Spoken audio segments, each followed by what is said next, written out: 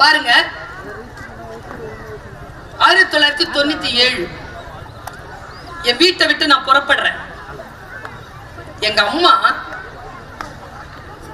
சுல்தானா அப்படின்னாங்க. எல்லாம் சொல்லிட்டேன், கிளம்புறேன். நான் எங்கே போகிறேன்னா வெளிநாடு போகிறேன். 7 மணி ஃப்ளைட். மீசாப்பேட்டிலேருந்து போகிறதுக்கு 1.5 மணி நேரம் ஆகும். 7 மணிக்கு போர்டிங், 1.5 மணி நேரம் ஆகும். முன்னால் போய்க்கலாம். ஒரு 4 மணிக்கு செருப்பு போடுறேன். 3 மணி நேரம் முன்னால் இருக்கணும்னு சொல்லிட்டாங்க. சரி போடுறேன். நிறுத்துச்சு எங்கள் அம்மா.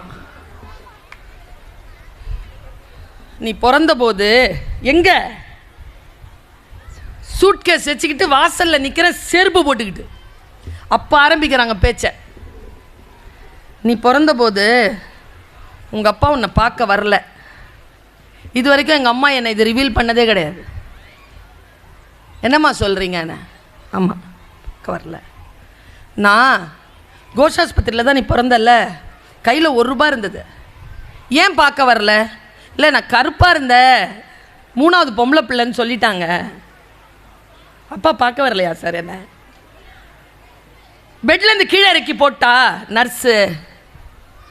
நான் கையில் பிள்ளைய தூக்கிக்கிட்டு கூடையை வச்சுக்கிட்டு நான் வெளியில் போகிறேன். அப்போ துப்புரவு பணியாளர்கள் எல்லாம் என்னம்மா கிளம்பிட்டியான்னு கேட்டாங்க.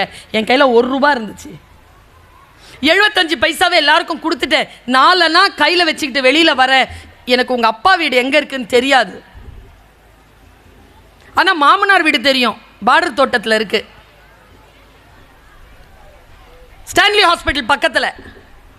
நான் நேராக குழந்தை இப்படி கையில் வச்சுக்கிட்டு, கையில் கூடையை வச்சுக்கிட்டு நான் நடக்கிறேன். அந்த சத்தர் போடுவாங்க அம்மா, இந்த வெள்ளை கலர் துப்டி போட்டுக்கிட்டு கையில் ஒரு டவலில் குழந்தைய எடுத்து, பழைய சேலை, டவல் கூட கிடையாது, பழைய சேலையில் பிள்ளைய வச்சுக்கிட்டு இப்படி கூடை வச்சுக்கிட்டு வெளியில் வந்து ஒரு ரிக்ஷாக்காரர்கிட்ட கேட்டிருக்காங்க, பார்டர் தோட்டம் விட்றியா போய், 1 ரூபா ஆகும்ன்ட்டு இருக்கார் அவர். 1 ரூபாலாம் இல்லை, 4 தான் இருக்குது. 15 பைசா பிள்ளைக்கு பாலுக்கு, 10 பைசா தான் தருவேன். புள்ளக்கா தாச்சி நான் இப்போ தான் பிறந்து 3 நாள். பஸ்லலாம் ஏற முடியாது. கூட்டிகிட்டு போறியா இல்லையா இப்படி கேட்டிருக்கேன் எங்கள் அம்மா. அந்த ரிக்ஷாக்காரில் ஏறுமா அப்படின்ட்டாரான். ஏறிட்டாங்களா? ஏறும்போது என்னை பார்த்துருக்காங்க. அந்த பழைய சேலையிலேருந்து 2 காலு கீழே தொங்கிட்டு இருந்திருக்கு. என் காலு அது 2 பாதம் செவந்து போயிருந்திருக்கு, பிங்க் கலரில். அம்மா சொன்னாங்க, செவப்பாக 2 பாதம் ரொம்ப அழகாக இருந்துச்சு, வந்து இப்படி தொங்கிட்டு இருந்தது. நான் அதை பிடிச்சிக்கிட்டு தான் ஏறினா அதை பார்த்தேன். ஏம்மா கருப்பாக பிறந்தேன்னா இப்போ கால் எப்படிம்மா பிங்காக இருக்கும்னு கேட்டேன். கருப்பாக பிறந்தா கால் பிங்காக தான் இருக்குமா.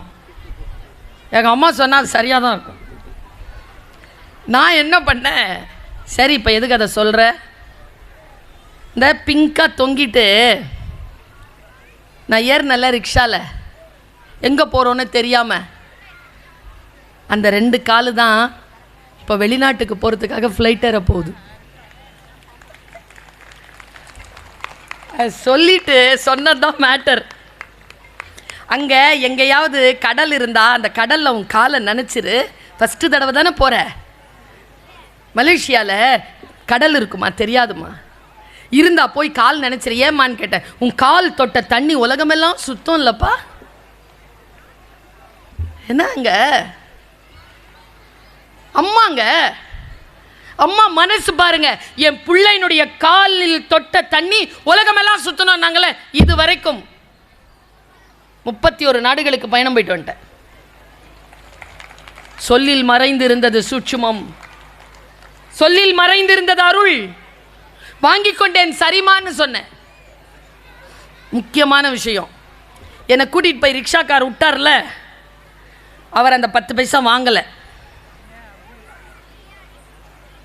இந்த 31 நாடுகளுக்கு நான் போயிட்டு வந்தேன்ல, ஒரு டிக்கெட்டை கூட நான் சொந்த செலவில் வாங்கினதில்லை. 10 பைசா செலவு கிடையாது. தொடங்கி வச்சது ரிக்ஷாக்கார். இப்போ வந்துட்டு போகிறதுக்கான செலவும் ரவிச்சந்திரன் சாரும் பாலமுருகன் சாரும் தான் கொடுக்குறாங்க.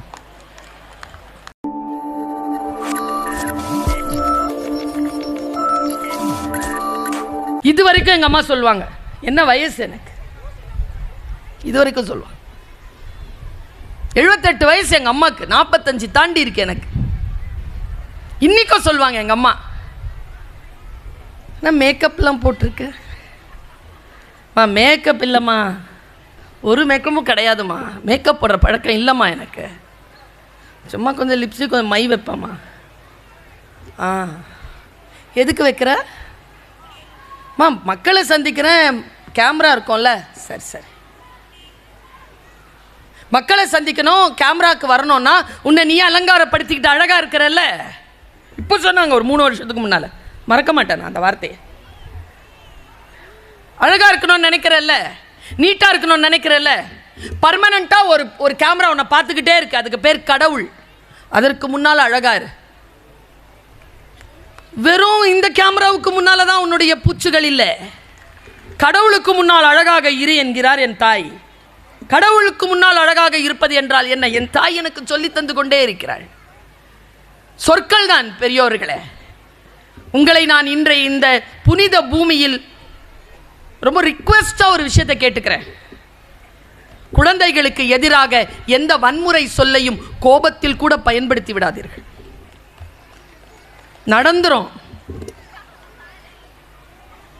நடந்துரும். அம்மா சொல்லு எப்போவுமே நம்மளை அம்மா திட்டும் போது நமக்கு சொல்லி கொடுத்துருக்காங்க, அடா பாவி இவ்வளோ அநியாயம் பண்ணுறியடா, நீ நாசமத்து போவ அப்படிம்பாங்க. அப்படின்னா என்ன அர்த்தம்? நல்லா இருன்னு அர்த்தம். நாசம் அற்று போ. உன்னை கேடு வந்து சூழ்ந்திருக்கிறது என்றால் அந்த கேடு உன்னை விட்டு அகலட்டும் என்றுதான் தாய் சொல்வாளே தவிர, தாயும் தந்தையும் வசை சொற்களை பயன்படுத்துவதிலிருந்து உங்கள் குழந்தைகளை, உங்கள் நாக்கை காப்பாற்றிக் கொள்ளும். நல்ல வார்த்தை சொல்லுங்க. நான் இந்த ரொம்ப மனசு உருகி சொல்றேன் இந்த விஷயத்தை. இந்த குழந்தைகள் வந்து ஆனந்த யாழை மீட்டுகிறாய்னு சொல்லும்போது நம்ம மனசு எப்படி ஆச்சு? ஒரு நிமிஷம் அப்படி ஆடி அடங்குச்சு இல்லை? இதில் இந்த வளர்ந்த குழந்தைங்களை இருக்கிற பெற்றோர்கள் இருப்போம். மறுபடியும் அந்த குழந்தைகள் சிறிய குழந்தைகளாக நம் கைக்குள் வந்து விட மாட்டார்களான்ற ஒரு ஏக்கம். என்ன ஒரு என்ஜாய்மெண்ட் அது, குழந்தைகளை கையில் வைத்திருப்பது. தவற விடாதீர்கள். அந்த வாய்ப்பு இப்பொழுது இருந்தால் அதை தவற விடாதீர்கள். குழந்தைகள் குழந்தைகளாக இருப்பதற்காகத்தான் நம் வீட்டிற்கு வந்திருக்கிறார்கள். அவர்கள் வளர்ந்து பெரியாள் ஆவதற்கு என்பது இயற்கையினுடைய விஷயம். அது அதனிடம் கொடுத்து விடுங்கள். அவர்களை குழந்தைகளாகவே இருக்க விடுங்கள். என் புள்ள அப்படின்னு ஆரம்பிப்பாங்க பாருங்க. சரி, அம்மா அப்பா குழந்தைக்கு எவ்வளோ ப்ரெஷர் தெரியுமா? பர்ஃபெக்ஷன். என் பிள்ளை 100க்கு 100 மார்க் கரெக்டாக வாங்கிடும். எவ்வளோ ப்ரெஷர் வரும் தெரியுமா அந்த குழந்தைக்கு? 99 வாங்க முடியாதுங்க. அதால் டிப்ரெஷன் ஆகிடும். எனக்கு தெரியும், என் கிளாஸில் உட்காந்துட்டு ஒன்று 97 அழும். மிஸ், இந்த 7 மார்க்ஸ் கொஸ்டினுக்கு 5 மார்க்ஸ் போட்டிருக்கீங்க மிஸ், வேறு என்ன போடுறது? 2 மார்க்ஸ் மிஸ். போட்டுக்கோ. வேணான்னு தானே போடலை, இல்லைன்னு தானே போடலை, போ. ஓ புழிஞ்சி புழிஞ்சி அழும். பக்கத்தில் ஒன்று K K K K K K K K K அது 2 மார்க். அது 2 மார்க் வாங்கி சிரிக்கிறது கூட மேட்ரு கிடையாது ப்ரொஃபஸர். என் வலியை சொல்கிறேன். அது சொல்லுது பக்கத்தில் 98 ஏன் அழுவுற? எங்கள் அப்பா 2 மார்க் எங்கன்னு சொல்லி திட்டுவார். சி லூஸ், அது என்கிட்ட இருக்குன்னு சொல்லு. அதாங்க கோவம் வந்ததே எனக்கு. அது உங்ககிட்ட 2 மார்க் வாங்கிட்டு இது சிரிக்கக்கூடாது, 98 வாங்கிட்டு அது அழக்கூடாது. இதுதான் கல்வி. இந்த கல்வியை அப்படி தான் புரிஞ்சுக்கணும். எனக்கு தெரில, எங்கள் ஐயா வந்து பாலமுருகன் சார் ப்ரொஃபஸராக இருந்து ரிட்டையர் ஆகி இப்போ ஸ்கூலில் இப்போ இருக்கிறார். I don't know about Ravichandran. என்ன சார் படிச்சிருக்கீங்க? அக்ரி படிச்சிருங்களா? பிஎஸ்சி டிகிரியா? மேத்தமெட்டிக்ஸா? காலேஜுக்கு போனீங்களா? கரஸ்பாண்டன்ட் கோர்ஸா? காலேஜ் போயே வாங்கினீங்களா? அப்போ இங்கே கிடையாது நான் சொல்கிறவங்கலாம். சில ஸ்கூல்ஸ் இருக்குது சார், பிரம்மாண்டமான ஸ்கூலு. சேர்மன் சார் பாருங்கள் 10ஆம் கிளாஸ் கூட படிச்சிருக்க மாட்டேன். ஆனால் நான் அவரை பாராட்டுறேன். ஏன் தெரியுமா? அவர்கிட்ட பிஹெச்டி முடித்தவங்கெல்லாம் 35,000 40,000 சம்பளம் வாங்கிட்டு இருக்கிறோம். அது ஒன்றுமே படிக்கல, ஆனால் 35-40,000 சொல்லிட்டு 100 பேருக்கு சம்பளம் கொடுக்குது. அது அப்போ எப்படி படிச்சிருக்கோம்? கல்வி என்பது என்ன? வெறும் டிகிரி வாங்குறதா? கிடையாது. டிகிரி வாங்குறதுக்கு பேரில் கல்வி. எதை கற்றாலும் அதை அடுத்த இந்த சமூகத்திற்கு நன்மை தருகின்ற அளவிற்கு டெவலப் பண்ணுறீங்களா? சொற்களை சரியாக புரிஞ்சுக்கிறோமா? நாம சூட்சுமமாகத்தான் வந்து சேரும் சொல். சில நேரங்களில் புரியாது. விதை தான், வாங்கி வைத்துக் கொள்ளுங்க, முளைக்கும். ஒரு நாள் ஒரு பெரிய அதிசயம் நடந்ததை சொல்கிறேன். என் வாழ்க்கையில் நடந்த அதிசயத்தை சொல்கிறேன். நான் எத்தனை பேச்சாளர்களும் இருக்கலாம், ஆயிரக்கணக்கில் இருக்கலாம். யார் பேச்சாளர் தெரியுமா? பேசிட்டு போகிறவங்களாம் பேச்சாளர் இல்லை. பேசிட்டு போனதுக்கு அப்புறமாவும் நமக்குள்ளே பேசிக்கிட்டே இருக்காங்க பாருங்க, அவங்க தான் பேச்சாளர். உள்ளுக்குள்ளே என்னமோ செய்யணும், என்னமோ சொல்லிட்டு போனாங்களே. உங்களை என்னமோ செய்ய போகிற ஒரு விஷயத்தை இப்போ சொல்ல போகிறேன். என்னை பார்த்து நிறைய பேர் நான் பெருமைப்பட்டிருப்பேங்க. எங்க தூங்க விட மாட்டேங்குதுங்க உங்கள் பேச்சுன்னா பரவாயில்லைங்க, சந்தோஷமாக இருக்கும். பார்க்குறவங்கெல்லாம் சொல்கிற வார்த்தை, மேடம் உங்கள் பேச்சை கேட்காம நான் தூங்குறதே இல்லை. உங்கள் பேச்சை கேட்டதுக்கு அப்புறமா தான் தூக்கமே வருது. ஓ, தூங்க வைக்கிறதுக்கா பேசுகிறேன் நான்? என் பேச்சை கேட்டு எப்படி உனக்கு தூக்கம் வருது? ஒருத்தி சொன்னா, துபாயில் இருந்தா, பேர் சான்யோ, இங்கிலீஷில் எழுதுனா, உன் பேச்சு தூக்க மறுத்து. நீயுமா? நான் ஆமாம். இந்த உலகம் என்னை சவட்டி களைந்த, என்னை அவமானப்படுத்தி, என் நிர்வாகத்திறனை, என் அழகை, என்னுடைய ஆற்றலை எல்லாம் துச்சமாக நினைத்து என்னை பிழிந்து எடுத்து வீசுகின்ற பொழுது நான் வந்து படுக்கையில் விழுகிறேன். இவ்வளவு செய்து கூட ஒரு அங்கீகாரமும் இல்லையே என்கின்ற மன உளைச்சலில் தூக்கம் வர மறுக்கிறது. அப்போ நான் ஸ்க்ரோல் பண்ணும் பொழுது நீ வருகிறாய். நீ சொல்கிற இந்த உலகம் அழகானது. இந்த உலகம் ஏன் அழகானது என்றால் நீ இருக்கிறாய் என்பதற்காகத்தான் அது அழகாக இருக்கிறது. உன் நிர்வாகத்திறன் உயர்ந்தது, நீ மேன்மையானவள். எழு, நாளைய உலகம் உனக்காகத்தான், நாளைய சூரியன் உனக்காகத்தான் காத்திருக்கிறது என்று சொன்னவுடன் என் மனச்சஞ்சலம் அமைதியாகிறது. நான் உறங்கச் செல்கிறேன். அடுத்த காலை பொழுதை நான் மிக விழிப்புணர்வோடு சந்திக்கிறேன். உன்னுடைய பேச்சு என்பது தூக்க மாத்திரை தானே. இப்போ வார்த்தை வித்தியாசமாக புரிஞ்சிருச்சா எனக்கு? யாராவது உங்க பேச்சை கேட்காம நான் தூங்குறதே இல்லைன்னா என் மனசு வலிக்காது இல்ல? சரி, நல்ல காரியத்தை தான் பண்ணியிருக்கோன்னு தோணும்ல. பேச்சு புரியணுமே. எப்போ புரியுது நமக்கு? நம்முடைய ஃபார்மர் மினிஸ்டர் ஆஃப் ஃபினான்ஸ் ஷபாத் சிதம்பரம் அவர் சொல்வார், இந்த உலகத்திலே இருக்கக்கூடிய பிரச்சனைகளுக்கெல்லாம் காரணம் டெஃபினிஷன் ப்ராப்ளம். சொல் என்னுடையது, பொருள் உன்னுடையது. நீ எப்படி வேண்டுமானாலும் அதை புரிந்து கொள்ளலாம். அதனால் அந்த சொல் எந்த பொருளை சார்ந்து இருக்கிறதோ அந்த சொல்லின் சத்தியம் மாறாது. மிக கவனம். சொல்லின் சத்தியத்தோடு பயிற்சி பண்றதுக்கு இந்த காதுகளை மிக சரியாக பயன்படுத்த வேண்டும். குழந்தைகளின் காதுகளில் போடக்கூடிய சொல் ரொம்ப கவனமா இருக்கணும். பாருங்க, 1997 என் வீட்டை விட்டு நான் புறப்படுறேன். எங்க அம்மா சுல்தானா அப்படின்னாங்க. எல்லாம் சொல்லிட்டேன், கிளம்புறேன். நான் எங்கே போகிறேன்னா வெளிநாடு போகிறேன். 7 மணி ஃப்ளைட். மீசாப்பேட்டிலேருந்து போகிறதுக்கு 1.5 மணி நேரம் ஆகும். 7 மணிக்கு போர்டிங், 1.5 மணி நேரம் ஆகும். முன்னால் போய்க்கலாம். ஒரு 4 மணிக்கு செருப்பு போடுறேன். 3 மணி நேரம் முன்னால் இருக்கணும்னு சொல்லிட்டாங்க. சரி போடுறேன். நிறுத்துச்சு எங்கள் அம்மா. நீ பிறந்தபோது எங்க சூட்கேஸ் வச்சுக்கிட்டு வாசலில் நிற்கிற, செருப்பு போட்டுக்கிட்டு. அப்போ ஆரம்பிக்கிறாங்க பேச்ச. நீ பிறந்தபோது உங்கள் அப்பா உன்னை பார்க்க வரல. இது வரைக்கும் எங்கள் அம்மா என்னை இது ரிவீல் பண்ணதே கிடையாது. என்னம்மா சொல்கிறீங்க? என்ன? ஆமாம், பார்க்க வரல. நான் கோஷாஸ்பத்திரியில் தான் நீ பிறந்தல, கையில் ₹1 இருந்தது. ஏன் பார்க்க வரல? இல்லை, நான் கருப்பாக இருந்த 3வது பொம்பளை பிள்ளைன்னு சொல்லிட்டாங்க.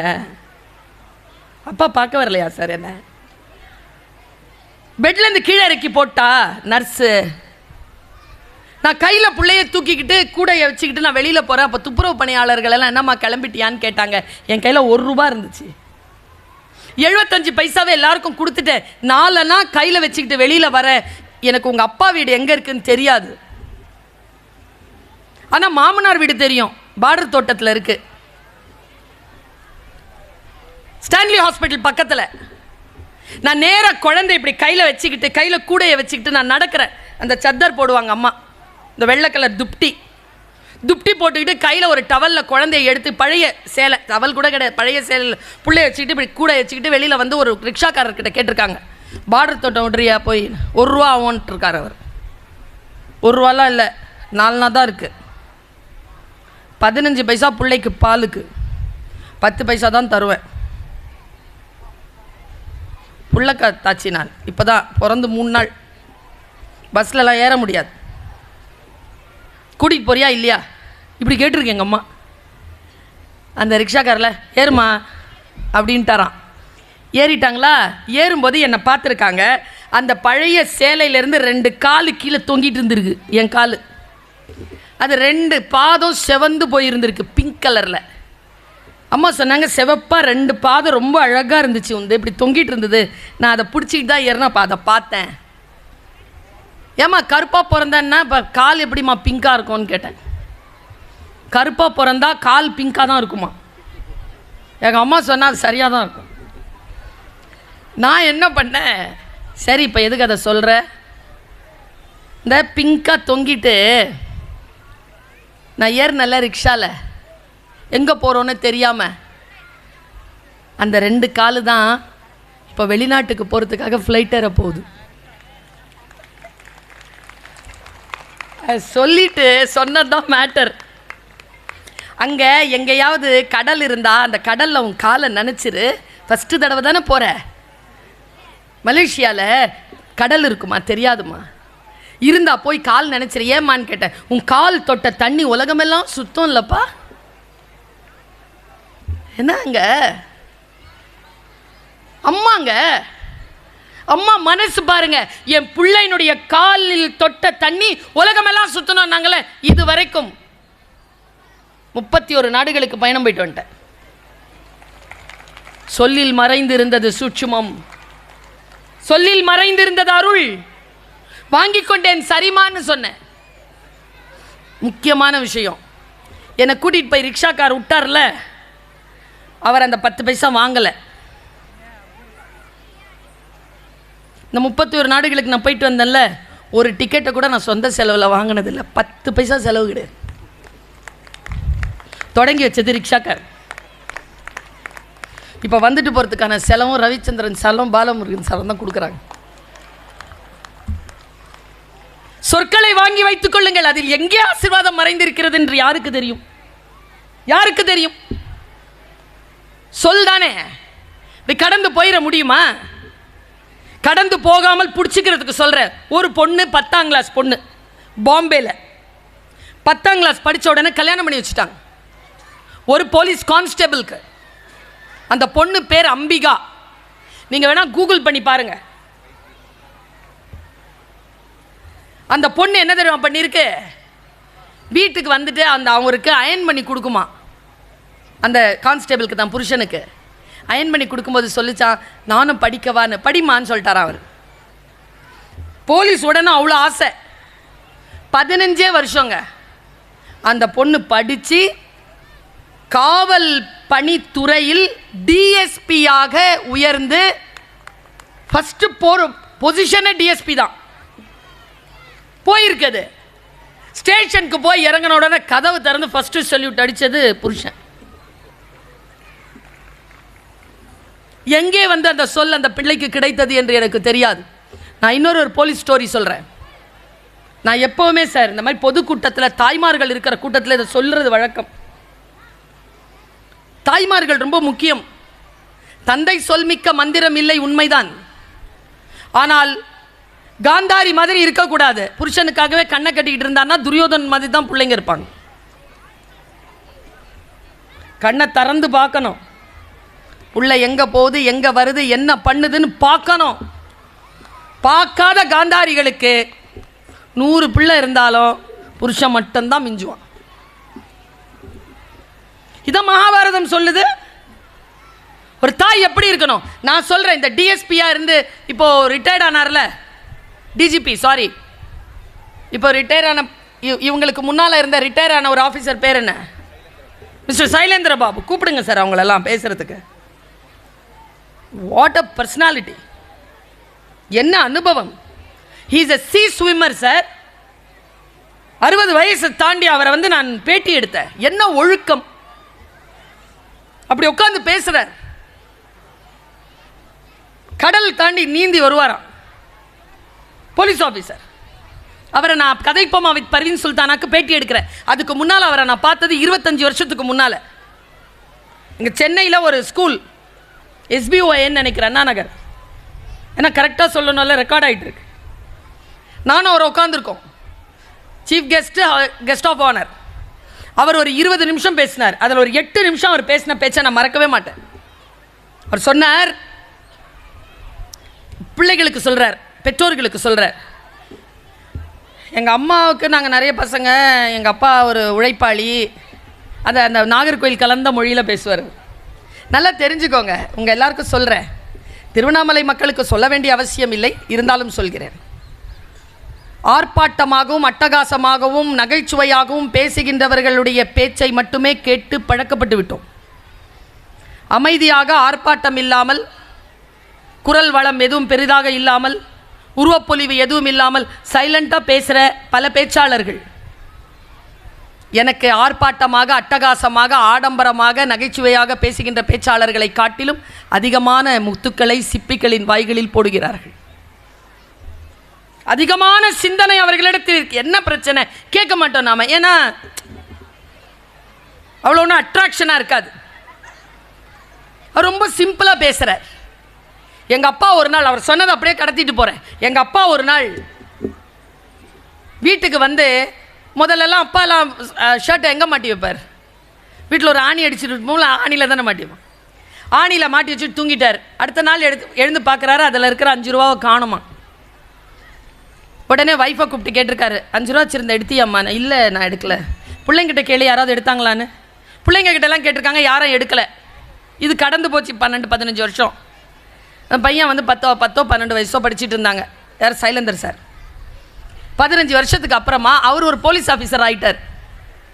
ஃபஸ்ட்டு சேலரி வித் யூனிஃபார்ம் வந்து அம்மாட்ட கொடுக்குறாரு. அம்மா இப்படி உட்காந்துருக்காங்க, அவர் கீழே ஒரு காலை மடித்து ஒரு காலை இப்படி வச்சு கொடுத்துருக்கார் மரியாதையாக. அம்மா வாங்கி பார்த்துட்டு தலையை தடவிட்டுருக்காங்க, நல்லா இருப்பாங்க. அதே பொசிஷனில் அம்மா கிட்ட ஒரு கன்ஃபெஷன் பண்ணியிருக்கார். இதை நான் சொல்லி நிறுத்துகிறேன்.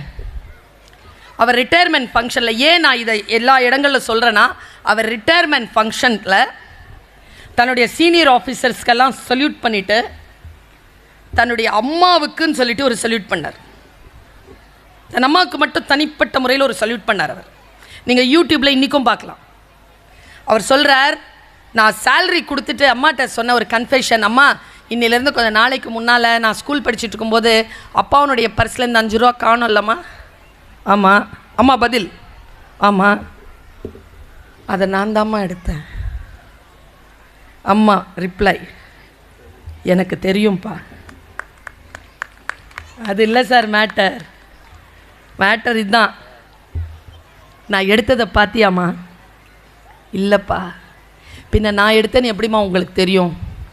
நான் உன்கிட்ட வந்து கேட்டேன்ல, நீ எடுத்தியாப்பான்னு. அப்போ நான் எடுக்கலை நீ சொன்னல, அதை நான் நம்பலப்பா.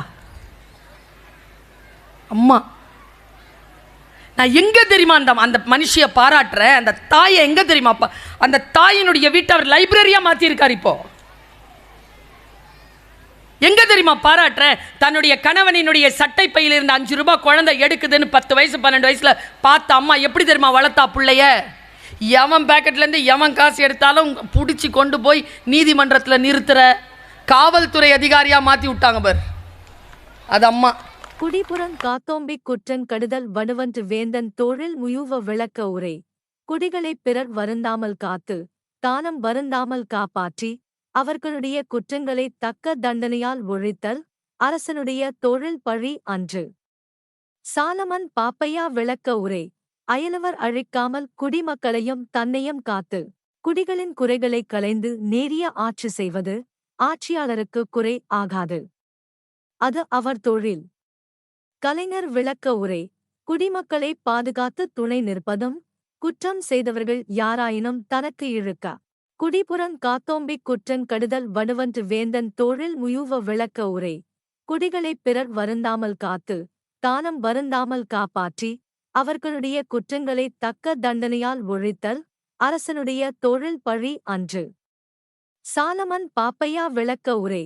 அயலவர் அழிக்காமல் குடிமக்களையும் தன்னையும் காத்து குடிகளின் குறைகளை களைந்து நேரிய ஆட்சி செய்வது ஆட்சியாளருக்கு குறை ஆகாது, அது அவர் தொழில்.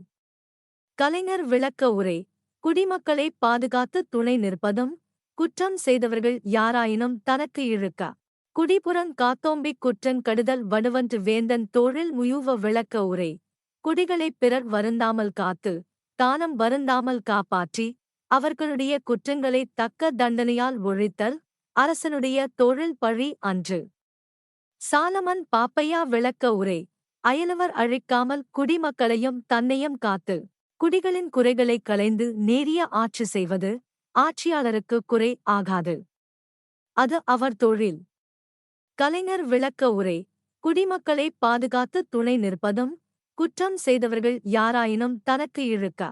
குடிபுறங் காத்தோம்பிக் குற்றங் கடுதல் வடுவன்று வேந்தன் தோழில் முயுவ விளக்க உரை. குடிகளைப் பிறர் வருந்தாமல் காத்து தானம் வருந்தாமல் காப்பாற்றி அவர்களுடைய குற்றங்களைத் தக்க தண்டனையால் ஒழித்தல் அரசனுடைய தொழில் பழி அன்று. சாலமன் பாப்பையா விளக்க உரை. அயலவர் அழிக்காமல் குடிமக்களையும் தன்னையும் காத்து குடிகளின் குறைகளைக் களைந்து நேரிய ஆட்சி செய்வது ஆட்சியாளருக்கு குறை ஆகாது. அது அவர் தொழில். கலைஞர் விளக்க உரை. குடிமக்களை பாதுகாத்து துணை நிற்பதும் குற்றம் செய்தவர்கள் யாராயினும் தனக்கு இழுக்கா. குடிபுறங் காத்தோம்பிக் குற்றங் கடுதல் வடுவன்று வேந்தன் தோழில் முயுவ விளக்க உரை. குடிகளைப் பிறர் வருந்தாமல் காத்து தானம் வருந்தாமல் காப்பாற்றி அவர்களுடைய குற்றங்களைத் தக்க தண்டனையால் ஒழித்தல் அரசனுடைய தொழில் பழி அன்று. சாலமன் பாப்பையா விளக்க உரை. அயலவர் அழிக்காமல் குடிமக்களையும் தன்னையும் காத்து குடிகளின் குறைகளைக் களைந்து நேரிய ஆட்சி செய்வது ஆட்சியாளருக்கு குறை ஆகாது. அது அவர் தொழில். கலைஞர் விளக்க உரை. குடிமக்களை பாதுகாத்து துணை நிற்பதும் குற்றம் செய்தவர்கள் யாராயினும் தனக்கு இழுக்கா. குடிபுறங் காத்தோம்பிக் குற்றங் கடுதல் வடுவன்று வேந்தன் தோழில் முயுவ விளக்க உரை. குடிகளைப் பிறர் வருந்தாமல் காத்து தானம் வருந்தாமல் காப்பாற்றி அவர்களுடைய குற்றங்களைத் தக்க தண்டனையால் ஒழித்தல் அரசனுடைய தொழில் பழி அன்று. சாலமன் பாப்பையா விளக்க உரை. அயலவர் அழிக்காமல் குடிமக்களையும் தன்னையும் காத்து குடிகளின் குறைகளைக் களைந்து நேரிய ஆட்சி செய்வது ஆட்சியாளருக்கு குறை ஆகாது. அது அவர் தொழில். கலைஞர் விளக்க உரை.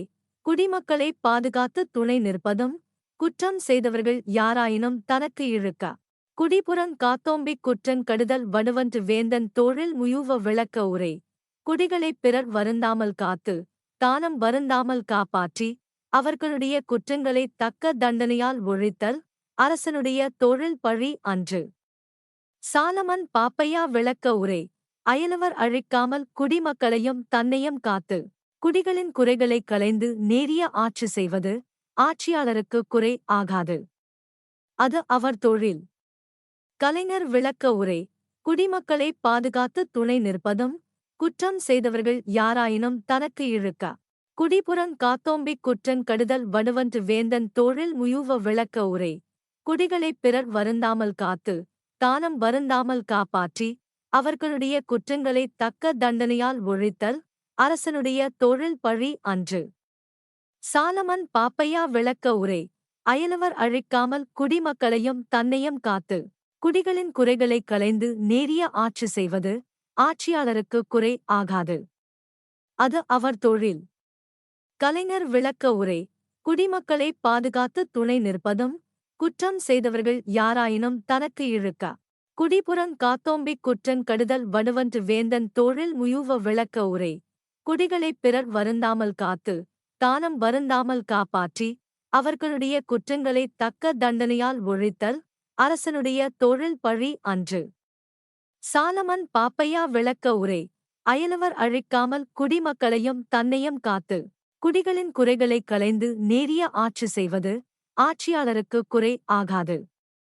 அது அவர் தொழில். கலைஞர் விளக்க உரை. குடிமக்களை பாதுகாத்து துணை நிற்பதும் குற்றம் செய்தவர்கள் யாராயினும் தனக்கு இழுக்கா. குடிபுறங் காத்தோம்பிக் குற்றங் கடுதல் வடுவன்று வேந்தன் தோழில் முயுவ விளக்க உரை. குடிகளைப் பிறர் வருந்தாமல் காத்து தானம் வருந்தாமல் காப்பாற்றி அவர்களுடைய குற்றங்களைத் தக்க தண்டனையால் ஒழித்தல் அரசனுடைய தொழில் பழி அன்று. சாலமன் பாப்பையா விளக்க உரை. அயலவர் அழிக்காமல் குடிமக்களையும் தன்னையும் காத்து குடிகளின் குறைகளைக் களைந்து நேரிய ஆட்சி செய்வது ஆட்சியாளருக்கு குறை ஆகாது. அது அவர் தொழில். கலைஞர் விளக்க உரை. குடிமக்களை பாதுகாத்து துணை நிற்பதும், குற்றம் செய்தவர்கள் யாராயினும் தனக்கு இழுக்க